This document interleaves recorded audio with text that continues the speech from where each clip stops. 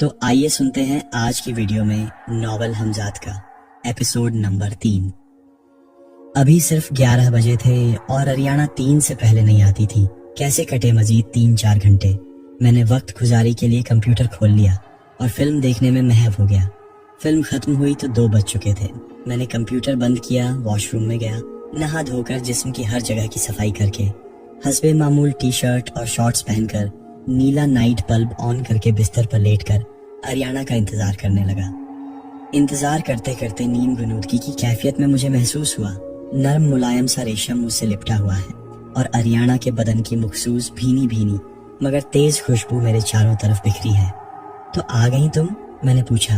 हाँ इमरान, आ गई हूँ, अरियाना की मुतरन्निम आवाज सुनाई दी। मैं कब से मुंतजिर था तुम्हारा अरियाना, बहुत इंतजार करवाती हो, मैंने गिला किया। कुछ मजबूरियां हैं इमरान, मैं चाहकर भी नहीं आ पाती तुम्हारे पास, मगर तुम साबित कदम रहोगे तो बहुत जल्द हमारे दरमियान से सारे हिजाब उठ जाएंगे। वक्त कम है, उठ जाओ चले।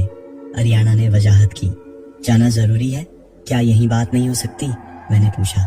नहीं इमरान, वो जगह महफूज है। मेरी पूरी कहानी सुन लोगे तो समझ लोगे मजबूरी।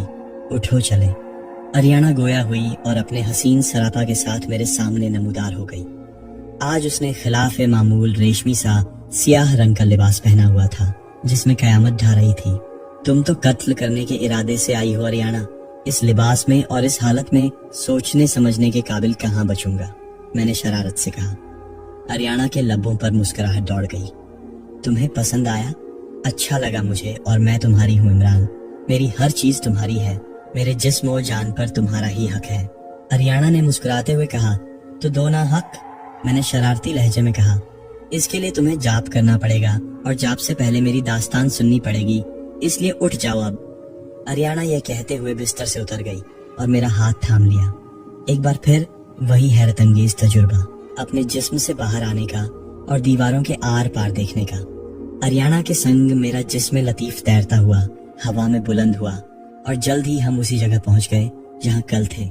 वहां पहुंचकर अरियाना ने बहुत मोहब्बत से घाव तकिया सीधा किया और मुझे सीधा लिटाकर मेरे सर के नीचे रख दिया। इसके बाद अरियाना ने अपना सर मेरे सीने पर रख दिया। इमरान, मैं चाहती हूँ तुम जल्द अज जल्द मेरी दास्तान सुन लो और इसके बाद मुझे इस अजाब से निजात दिलाओ। अरियाना ने अपने चेहरे से मेरा सीना सहलाते हुए कहा। हाँ सुनाओ मेरी जान, मैं तैयार हूँ, मैंने जवाब दिया। अरियाना का मुझसे लाड करना जिसमें लतीफ में, जैसा कि मैं पहले भी बता चुका हूँ, बहुत अजीब और गरीब किस्म का तजुर्बा था और नाकाबिले बयान एहसास, क्योंकि जिस्म मौजूद नहीं था और रूह या जिस्म लतीफ को महसूस करना ऐसा ही होता है जैसे। दोस्तों, ये कहानी आप हमारे YouTube channel Urdu horror story से देख रहे हैं और हमारा चैनल उर्दू स्टोरीज को सब्सक्राइब करना ना भूलिए। आप हवा को महसूस करते हैं, मगर अरियाना की खुरबत के एहसास और उसकी अदाओं और नाच से जो एहसासात और जज्बात जागते थे वह मैं मुकम्मल तौर पर महसूस करता था। मुझे दिल की धड़कन तेज होती भी महसूस होती थी, मोहब्बत के जज्बात भी महसूस होते थे, सिर्फ जिस्मानी लम्स महसूस नहीं होता था। ठीक है तो सुनो, अरियाना की आवाज गूंजी। उस बुढ़े साधु ने बिल्ले का सर मेरे सीने पर बिल्कुल दरमियान में रखा हुआ था। इसके बाद उसने अपने हाथ में मौजूद बिल्ले के धड़ को, जिसमें से खून उबल उबल कर मेरे जिस्म को भिगो रहा था, वह धड़ गर्दन वाले हिस्से से जहां से खून निकल रहा था मेरे जिस्म के हर हिस्से पर मल दिया। साथ कुछ बड़बड़ाता रहा, शायद कोई मंत्र। इसके बाद वह साधु दोनों हाथ पैरों के बल कुत्ते की तरह झुक गया और लिचलिजी सी गलीज जबान से खून चाटने लगा।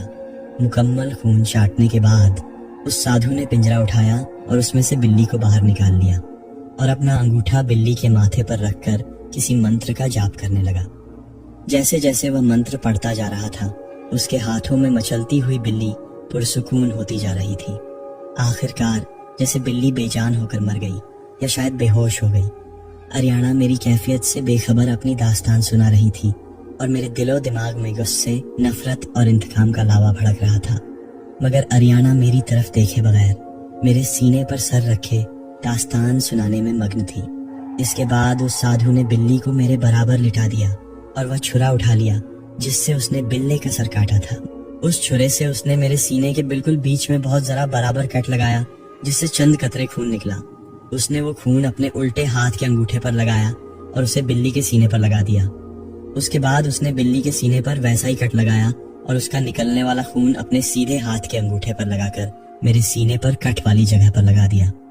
उसके बाद उसने अपने उल्टे हाथ का अंगूठा मेरे माथे के बीच में रख दिया और सीधे हाथ का अंगूठा बिल्ली के माथे पर रख दिया और कोई मंत्र पढ़ने में मशगूल हो गया। जैसे जैसे वो मंत्र पढ़ रहा था मुझे महसूस हो रहा था मेरे जिस्म की ताकत बहाल हो रही है। मैंने आंखें बंद कर लीं और गहरे सांस लेकर जिस्मानी ताकत को बहाल करने की कोशिश शुरू कर दी। कुछ देर बाद मुझे सीने पर बोझ और शदीद घुटन का एहसास हुआ, मगर ये सिर्फ 1-2 लम्हों की कैफियत थी। मैंने घबराकर आंखें खोल दी और मुझे अपने जिस्म में हरकत का एहसास हुआ, मगर मेरा जिस्म जो काली देवी की कदमों में था अब वहां मौजूद नहीं था। मैंने हाथ पांव हिलाए और चीखने की कोशिश की तो एक जोरदार म्याऊं की आवाज से घर गूंज कर रह गया। उस लम्हे मुझे एहसास हुआ मेरा वजूद कहीं नहीं है और म्याऊं की आवाज निकालने वाली मैं खुद हूँ। उस खबीस और मकरूह साधु ने मुझे बिल्ली के जिस्म में कैद कर दिया था। मैं जो तजस्सुस, नफरत, गुस्से और इंतकाम के मिले जुले जज्बात से आर्याना की दास्तान में खोया हुआ था, हैरत से चौंक उठा। क्या पागल हो गई हो? बिल्ली के जिस्म में कोई कैसे कैद हो सकता है? मैंने अरियाना की तरफ देखते हुए कहा। अरियाना ने शाकी नजरों से मेरी तरफ देखते हुए कहा, मैंने कहा था बहुत कुछ तुम्हारे लिए नया और अनोखा होगा जिस पर यकीन करना मुश्किल हो जाएगा तुम्हारे लिए। मगर यार बिल्ली, कैसे? मैं जो अभी तक हैरत और इस्तेजाब की कैफियत से नहीं निकल सका था, मैंने फिर सवाल किया। तुम अपनी आंखों से देख लोगे इमरान, मेरी दास्तान मुकम्मल होने दो, अरियाना ने कहा। अच्छा, तुम मुकम्मल करो। अरियाना दोबारा गोया हुई। उस खबीस साधु ने न सिर्फ मुझे बिल्ली के जिस्म में कैद कर दिया था, बल्कि मुझ पर कोई ऐसा जादू भी कर दिया था कि मैं चाहकर भी कहीं भागने का नहीं सोच रही थी। ना ही कोई ऐसी सोच थी मेरी। बिल्ली के जिस्म में कैद होना मेरे लिए भी अनोखा तजुर्बा था। मेरे जज्बात, एहसासात, अकल, समझ सब कुछ था, मगर मेरा अपना जिस्म नहीं था और आवाज नहीं थी।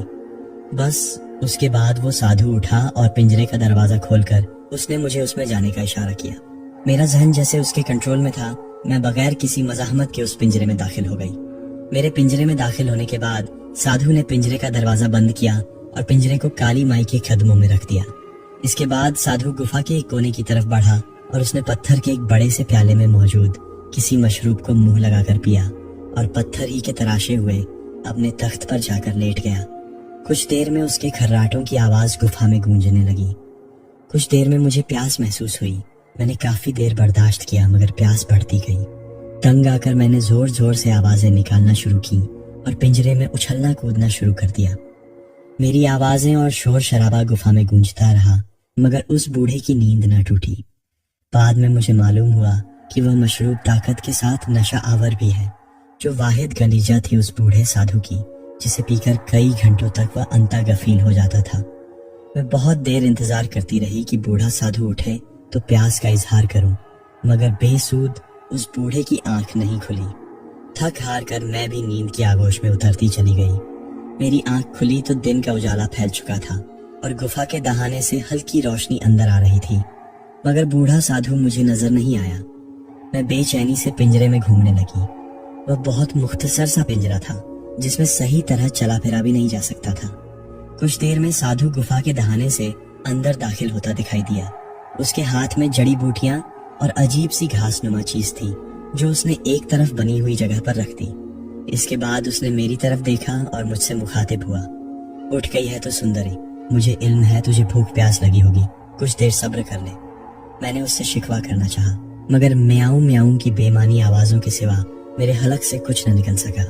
साधु ने एक बड़ा मिट्टी का बर्तन लिया और साथ लाई हुई जड़ी बूटियां और घास वगैरह उस बर्तन में डाली और डोल से पानी भरकर उसमें डाला और एक बड़े से डंडे से उसे कूटने लगा। काफी देर तक वह जड़ी बूटियां कूटता रहा और थोड़ा थोड़ा करके उसमें पानी मिलाता रहा। इसके बाद उसने एक छोटा पत्थर का प्याला उठाया और उस बर्तन में डुबोकर उस जड़ी बूटियों के स्याल से भर लिया और वह प्याला लेकर मेरी तरफ आया और पिंजरे का दरवाजा खोलकर उसने वह प्याला मेरे पिंजरे के दरवाजे पर रख दिया। सुंदरी, ये पी ले, ये तुझे भूख प्यास से बेनियाज कर देगा और तेरे जिस्म की शक्तियों को बढ़ाएगा। साधु की आवाज गूंजी। मैं पिंजरे से बाहर आई और शदीद भूख प्यास के आलम में मजबूरन उस प्याले में मुंह डालकर वह सब्जी माइल भूरे से रंग का मशरूब पीने लगी। साधु ने ठीक कहा था, वह मशरूब खत्म होते तक मेरा भूख प्यास का एहसास खत्म हो गया था और जिस्म में तवानाई महसूस होने लगी थी। मशरूब खत्म करने के चंद लम्हों बाद ही मुझे लगा जैसे मेरा दिमाग हवा में परवाज कर रहा है और बहुत तेजी से मैं मदहोशी की कैफियत में डूबती चली गई और खुद से मुकम्मल गाफिल होकर गहरी नींद में डूब गई। जाने कितना वक्त गुजरा, मेरी आंख खुली तो रात का अंधेरा गार में फैला हुआ था और गार की दीवार में एक जगह से सुर्ख रंग की हल्की हल्की रोशनी फूट रही थी जो गार में फैली थी। उस मध्यम सुर्ख रोशनी में गार और भी भयानक लगने लगा था। मैंने नजरें उठाकर देखा तो साधु काली माता के भयानक मूरत के सामने एक टांग पर खड़ा किसी जाप में मशगूल था। मैं पिंजरे में नहीं थी, न ही वह पिंजरा मुझे कहीं नजर आया। मैंने उठने की कोशिश की मगर गनूदगी और नशे की कैफियत अब तक मेरे होश व हवास पर सवार थी। उस रूप में मुझे माजी की कोई बात याद नहीं थी। महदूद सोच, सिर्फ जो वक्त गुजर रहा था, जो हो रहा था, मैं अपनी आंखों से देख रही थी और महसूस कर रही थी। काफी देर बाद साधु ने अपना जाप खत्म किया और मेरी तरफ देखा और उसके चेहरे पर मुस्कुराहट दौड़ गई।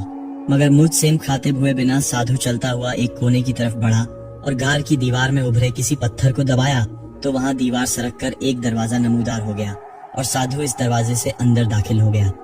कुछ देर बाद वह इस दरवाजे पर वापस नमूदार हुआ तो उसके हाथ में पिंजरा था जिसमें एक काला बिल्ला कैद था जो बेकरारी से बुरी तरह मचल रहा था और आवाजें निकाल रहा था। मैं भूल चुकी थी कि पिछली रात भी साधु ने एक बिल्ले को ज़ब्ह किया था। मेरे जहन में पिछली कोई याददाश्त नहीं थी मगर इस रूप में जो देख रही थी, जो महसूस कर रही थी, वह इस बिल्ली के रूप के खत्म होने के बाद भी याद रहा मुझे। बिल्ले का पिंजरा साधु ने काली देवी के मुजस्समे के साथ रख दिया और मुझे उठाकर मुजस्समे के कदमों में लिटा दिया। आहिस्ता आहिस्ता मेरे हवास बहाल हो रहे थे मगर अब तक मैं मुकम्मल होश में नहीं थी और गुनूदा आंखों से साधु को यह सब करते देख रही थी। साधु मुझे मुजस्समे के कदमों में लिटाकर वहीं आलती पालती मारकर बैठ गया। अपना हाथ उसने मेरे सर पर रख दिया और आंखें बंद करके कोई मंत्र पढ़ने में मशगूल हो गया। मैं खुली आंखों से उसे मंत्र पढ़ते देखती रही। कुछ देर बाद मुझे महसूस हुआ मेरा जिस्म जैसे हल्का हो रहा हो और हवा में तहील हो रहा हो। आहिस्ता आहिस्ता मेरा बिल्ली का वजूद हियूले में तब्दील हुआ और वह हियूला मेरे असली जिस्म का रूप धारने लगा। चंद लम्हों में मैं अपने असली जिस्म में मुजस्समे के कदमों में थी और साधु का हाथ मेरे सर पर था। साधु मुस्तकिल मंत्र पढ़ रहा था। मुझे यूं महसूस हो रहा था जैसे जैसे साधु मंत्र पढ़ रहा है मेरा जिस्म बेजान होता जा रहा है। गुस्सा, नफरत और इंतकाम के जज्बात मेरे दिल और दिमाग पर हावी थे और मुझे माजी की गुजरी बातें याद आ रही थी। मैं कौन हूँ, कैसे इस साधु के चुंगल में फंसी और किस तरह लाचार होकर इस साधु की शैतानी और सिफली ख्वाहिशात के रहम व करम पर हूँ। साधु ने आंखें खोले और शैतानी खबासत से मुझे देखा। साधु ने इसके बाद हाथ बढ़ाकर दोस्तों, ये कहानी एक ऐसा मोड़ ले रही है जैसे कि ये कहानी पहले आपने कभी ना सुनी हो और ऐसी कहानी तो मेरे ख्याल में यूट्यूब की दुनिया में पहली बार ही पेश की गई है। पिंजरे का दरवाजा खोला और उस बिल्ले को बाहर निकाल लिया जो खौफनाक आवाजें निकाल रहा था और सख्त बेचैन था। मैं यह समझने से कासिर थी कि साधु हर रोज काले बिल्ले कहाँ से लाता है। साधु ने अपने उल्टे हाथ से बिल्ले को गर्दन से पकड़ा और सीधे हाथ से पत्थर का छुरा थाम लिया। जय हो काली माता की, अपने दास की बलि स्वीकार कर काली माँ। ये कहकर साधु ने वह छुरा बिल्ले की गर्दन पर फेर दिया और उसका सर धड़ से अलग कर दिया। जब बिल्ले का सर धड़ से जुदा हुआ तो खून टपकता सर मेरे सीने पर गिरा और धड़ जोगी के हाथ में रह गया जिसकी कटी गर्दन से भल भल करके खून उबल रहा था और मेरे जिस्म को भिगो रहा था। साधु ने छुरा रखा और चुल्लू भरकर खून काली देवी की मूर्ति पर उछाल दिया। इसके बाद मेरे पास बैठकर उस बेसिर बिल्ले के धड़ को थामा और कटी हुई गर्दन को सारे जिस्म पर मल दिया। साधु इस दौरान मुसलसल बड़बड़ाता रहा, शायद किसी मंत्र का जाप कर रहा था। बस करो अरियाना, मैंने उसकी बात काट दी और गुस्से से कहा, मुझे बताओ मैं कैसे इस साधु को जहन्नुम वासिल कर सकता हूँ। इस साधु के लिए गुस्से और नफरत से मेरी कनपटियां खोलने लगी थी। कुछ देर बाद मेरा गुस्सा कुछ कम हुआ। मैंने अरियाना को सीने से लगा लिया। फिक्र मत करो मेरी जान, मैं इससे ऐसा इंतकाम लूंगा कि इसकी रूह तक याद रखेगी। मुझे बताओ तुम इन गारों से यहाँ कैसे पहुंची? साधु के कब्जे में है तुम्हारा जिस्म, तो तुम कैसे हर रोज आती हो मेरे पास? और तुमने मुझे ही क्यों चुना इस काम के लिए? मैंने अपने जहन में उठने वाले सवाल अरियाना के सामने दोहरा दिए। इमरान, मैंने बताया था हमारी जाति इंसानों से अलग है। मेरे पास कुछ शक्तियां हैं जिनकी मदद से मैं तुम तक आती हूँ। वक्त आने पर इसकी तफसील बता दूंगी। अरियाना की आवाज गूंजने लगी। वह साधु मुझे मेरे जिस्म को हमेशा के लिए अपने बस में करना चाहता है। उसने काली देवी की सारी जिंदगी पूजा करके लामहदूद ताकतें हासिल कर ली हैं। उसे मार भी दोगे तो वह अपनी रूह किसी दूसरे जिस्म में मुंतकिल कर लेने पर कादिर है। इस साधु का ताल्लुक तुम्हारे पड़ोसी मुल्क से है। बेशुमार चेले छांटे हैं उसके, तुम्हारे मुल्क में भी और पड़ोसी मुल्क में भी, जो हर वक्त उसकी सेवा करने को तैयार रहते हैं। मगर वह काली माई की सेवा करने के लिए पहाड़ों में आकर बस गया है। परसों में कहीं वह शहर का रुख करता है और फिर कुछ अरसे बाद वापस आ जाता है अपनी गाड़ में। मेरे जिस्म को और मुझे अपने बस में करने और हमेशा के लिए अपनी गिरफ्त में रखने के लिए वह साधु 41 दिन का जाप कर रहा है, जिसमें से 19 दिन गुजर चुके हैं। जाप मुकम्मल हो जाएगा इसका तो मैं हमेशा के लिए उसकी गुलामी में चली जाऊंगी और अपने मादी को, रियासत को, घर बार को, दोस्तों को हमेशा के लिए भूल जाऊंगी। मुझे शदीद नफरत हो गई है उससे और उसकी जबान और उसके उस गलीज फैल से। मगर मैं मजबूर हूँ इमरान, मैं उसके बस में हूँ। मुझे अपने चंगुल से नहीं निकलने देगा कभी। मुझे बचा लो इमरान। अरियाना ने रोते हुए मेरे सामने हाथ जोड़ दिए। अरियाना के आंसू मेरे दिल पर तेजाब के खतरों की तरह गिर रहे थे। मेरी समझ में नहीं आ रहा था मैं कैसे उसका दुख बांटूं, कैसे उसे दिलासा दूं और उस साधु के चंगुल से निजात दिलाऊं। मैंने अरियाना के बढ़े हुए हाथ अपनी आंखों से लगा लिए। मत रो मेरी जान, मेरा वादा है मैं अपनी जिंदगी देकर भी तुम्हारे किसी काम से दरियक नहीं करूंगा। मैंने जज्बाती लहजे में अरियाना को मुखातिब होकर कहा। अरियाना ने अपनी नाजुक मखरूती उंगलियां मेरे होंठों पर रख दी। नहीं इमरान, ऐसी बातें मत करो। तुम ही तो मेरी आखिरी उम्मीद और सहारा हो। तुम न रहे तो मैं हमेशा के लिए उसकी गुलाम बन जाऊंगी। अच्छा प्लीज तुम रो मत, आंसू पोंछ दो और मुझे बताओ मुझे क्या करना होगा, और मुमकिन है तो मेरे सवालों के जवाब भी दे दो। सख्त तजस्सुस है मुझे। तुम्हें पता है इमरान, तुम उल्टे पैदा हुए थे और जिस लम्हे तुम दुनिया में आए थे उस लम्हे काशकर और संपा सितारों का मिलन हो रहा था।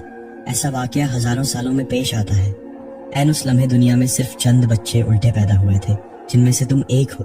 मैंने अपनी शक्तियों से काम लेकर ये सब मालूम किया है इमरान, और तुम्हें खोजती हुई उस दिन कब्रिस्तान में तुम तक पहुंची थी।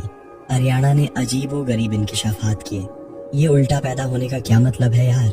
मैं समझा नहीं। और ये काशकर और संपा सितारे कौन से हैं? मैंने इनके नाम नहीं सुने कभी। मैंने हैरत से अरियाना की तरफ देखते हुए पूछा। अरियाना कहने लगी, इमरान, दुनिया में आम तौर पर बच्चे की पैदाइश होती है तो सर के बल होती है। पहले सर बाहर आता है, फिर बाकी जिस्म। मगर कभी कभी ऐसा भी होता है कि बच्चे को पेट में सीधा ना करवाया जाए किसी डॉक्टर से तो बच्चा पैरों के बल पैदा होता है, यानी पैर पहले बाहर आते हैं फिर बाकी जिस्म। तुम भी उल्टे पैदा हुए हो। ये अनोखी बात नहीं, मगर ऐसा कम कम होता है। अहम ये था कि एक तो उल्टे पैदा होना और ऐन उस लम्हे पैदा होना जब आकाश पर उन दो सितारों का मिलन हो रहा था। मैं नहीं जानती तुम्हारी जबान में इन सितारों को क्या कहते हैं, मगर आकाश पर मगरिब की जानिब ये सितारे नजर आते हैं। अरियाना अपनी बात मुकम्मल करके खामोश हो गई। मैंने हैरानी से अरियाना को देखते हुए कहा, ये तो मुझे भी इल्म नहीं था। सीधे उल्टे का ना अपना पता था कि उल्टा पैदा हुआ। चलो, इन बातों का जवाब तो मिल गया कि कहाँ उत्तरी इलाका जात के पहाड़, उसका गार कहाँ कराची, वहां से यहाँ पहुंचने की और मुझे चुनने की ये वजह थी। मगर एक सवाल का जवाब रह गया, साधु कैसे आने देता है तुम्हें? और मजीद एक सवाल पैदा हो गया। अब मैंने आखिर में मुस्कुराते हुए अरियाना को देखा। वो भी पूछ लो तो दोनों सवालों का जवाब दूं, मगर जल्दी कर लो, मेरा जाने का वक्त होने वाला है, अरियाना ने बेचैनी से कहा। अच्छा, मैं ये पूछ रहा था कि साइंसी तौर पर तो ये जो सितारे वगैरह आसमान पर हम देखते हैं, ये तो हम लाखों करोड़ों साल माजी की कायनात देखते हैं। यानी अगर कोई सितारा हमसे 1 करोड़ नूरी साल दूर है तो इसका मतलब है कि उसकी रोशनी वहां से 1 करोड़ साल कबल निकली और आज हम 1 करोड़ साल पहले की उसकी हालत देख रहे हैं। हो सकता है इस वक्त वो सितारा खत्म हो चुका हो, मगर हमें 1 करोड़ साल बाद पता लगेगा। तो मेरा सवाल ये है कि तुमने कहा मैं आईन उस लम्हे पैदा हुआ जब वो 2 सितारे मिल रहे थे, यानी एक दूसरे में जम हो रहे थे। तो वो सितारे हमसे हजारों लाखों नूरी साल दूर हैं, मिल तो वो हजारों लाखों साल। दोस्तों, अगर ये कहानी आपको पसंद रही है तो आप हमारे YouTube channel Urdu horror story को जरूर सब्सक्राइब करें। पहले गए होंगे। मगर उनकी रोशनी अब हम तक पहुंची तो हम आज उसका मुशाहिदा करते हैं। फिर ये आइन उस लम्हे का क्या मतलब हुआ? मैंने अपनी ज़हनी कंफ्यूजन दूर करने के लिए अरियाना से सवाल किया। मैं पहले तुम्हारे दूसरे सवाल का जवाब देती हूँ, अरियाना कहने लगी। मैं ये सब नहीं जानती। ये अहम नहीं है कि कायनात में वो वाकया कब पेश आया। अहम ये है कि उसकी खबर हमें किस लम्हे हुई। जिस वक्त हमें पता चलेगा हम उसका मुशाहिदा कर रहे होंगे, उस वक्त ही वो हमारी जिंदगी पर असरअंदाज होगा। तुम्हारे साधु वाले सवाल का जवाब ये है कि साधु रात को खून चाटने के बाद वो नशा और मशरूब पीकर सो जाता है। उसने मुझे अपने जादू में जकड़ा हुआ है। मैं अपने बदन के साथ उस गार से नहीं निकल सकती, मगर अपनी शक्तियों से काम लेकर अपनी रूह को वहां से तुम्हारे पास ले आती हूँ और साधु के जागने से पहले वापस चली जाती हूँ। जिस दिन साधु को ये पता चला वो इसका भी तोड़ कर लेगा। अरियाना अपनी बात मुकम्मल करके उठ खड़ी हुई और कहने लगी, चलो इमरान, मैं तुम्हें वापस छोड़ दूं। बाकी बातें कल पूछ लेना, बहुत देर हो चुकी है। ऐसा न हो साधु जाग जाए। ये कहकर अरियाना ने मेरा हाथ पकड़ा और हम फिजा में तैरते हुए अपने कमरे में वापस आ गए।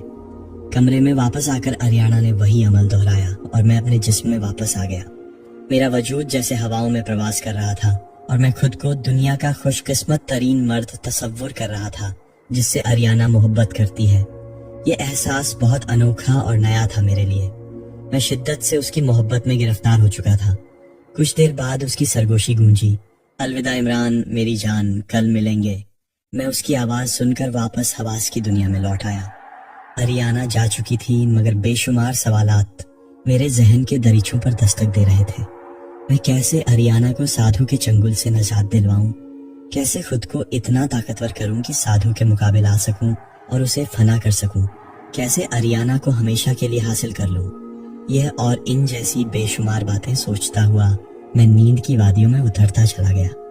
अरियाना की आवाज मेरे कानों में गूंजी, इमरान उठो, चलो मेरे साथ। मैंने हैरानी से दाईं तरफ देखा जहां से अरियाना की सरगोशी सुनाई दी थी। अरियाना जान, सामने आओ, मैंने मोहब्बत से कहा। नहीं इमरान, उठो, वक्त जया मत करो। न कोई सवाल, बस एक कपड़े का थैला पकड़ो और मेरे साथ चलो। अरियाना की आवाज में बेकरारी आयन थी। क्या मतलब, रूह के साथ चलना है या ऐसे चलूं? मैं कहते हुए उठ खड़ा हुआ। बस घर से निकलो और कब्रिस्तान चलो, अरियाना की आवाज सुनाई दी। अच्छा चल रहा हूँ, मगर बताओ तो बात क्या है, क्या हुआ है? ये कहता हुआ मैंने दीवार पर लटका थैला उतार लिया जो सब्जी लाने के काम आता था और चलता हुआ घर से बाहर आ गया। कुछ देर में सब कुछ खुद तुम्हारे सामने आ जाएगा, बस चलते रहो, अरियाना की आवाज आई। मैंने गली में अपने दोस्त से बाइक ली और स्टार्ट करके यासीनाबाद कब्रिस्तान की तरफ रवाना हो गया। चंद मिनट बाद मेरी बाइक कब्रिस्तान के गेट के सामने थी। मैंने बाइक लॉक की और अरियाना को आवाज दी, अब बोलो क्या करना है? अरियाना का वजूद नजरों से ओझल था। उसने मेरा हाथ थाम लिया और मुझे कब्रिस्तान में चलने का कहा। मैं कदम बढ़ाता हुआ अंदर दाखिल हो गया। अरियाना ने मेरा हाथ थाम रखा था और वह कभी मेरा हाथ खींचकर तो कभी अपनी आवाज से मेरी रहनुमाई करती हुई मुझे कब्रिस्तान के बिल्कुल आखिरी हिस्से तक ले आई। वहाँ कुछ बोसीदा कब्रें थीं, जिनमें से कुछ टूटी हुई थीं। अरियाना मुझे लेकर एक कब्र के पास पहुंची जो साइड से किसी बच्चे की लग रही थी और ऊपर से टूटी हुई थी। कब्र के किनारे खड़े होकर मैंने अंदर नजर दौड़ाई तो शाम का वक्त होने और सूरज के मौजूद होने के बावजूद मैं कांप सा गया। कब्र में ढांचा नजर आ रहा था जो किसी बच्चे का था, मगर साल खुर्दा था। हड्डियां बोसीदा हो चुकी थीं और खोपड़ी का आधा हिस्सा गायब था। इमरान, खोपड़ी उठाकर थैले में डाल लो, अरियाना की आवाज मेरे कान में गूंजी और मैं सुन्न रह गया। क्या मतलब खोपड़ी यार, मतलब कैसे? मैंने परेशानी से कहा। मेरा दिल इस बात के लिए आमादा नहीं हो रहा था और कोई चीज मुझे अंदर से ऐसा करने से रोक रही थी। इमरान, यह यहाँ छोटा सा काम है। मुझे पाने और साधु को नष्ट करने के लिए तुम्हें बहुत बड़े बड़े इम्तिहानों से गुजरना पड़ेगा। तुम पहले कदम पर ही पीछे हट रहे हो। क्या तुम मेरी मदद नहीं करना चाहते? क्या तुम्हें मुझसे मोहब्बत नहीं है? क्या तुम चाहते हो हमेशा के लिए साधु मुझे कैद कर ले? तुमने तो वादा किया था जान देकर भी मुझे रिहाई दिलाओगे। ये तो उसके मुकाबले में बहुत मामूली काम है। अरियाना की दर्द में डूबी गमजदा सी आवाज सुनाई दी। नहीं अरियाना, मैं पीछे नहीं हट रहा, मैंने कहा और दिल पर पत्थर रखकर कब्र में उतर गया। दोस्तों, कहानी अभी जारी है। इसकी अगली किस्त देखने के लिए हमारी अगली वीडियो का इंतजार कीजिए। तब तक के लिए हमें इजाजत दीजिए और हमारे YouTube channel Urdu hot story को सब्सक्राइब कर लीजिए।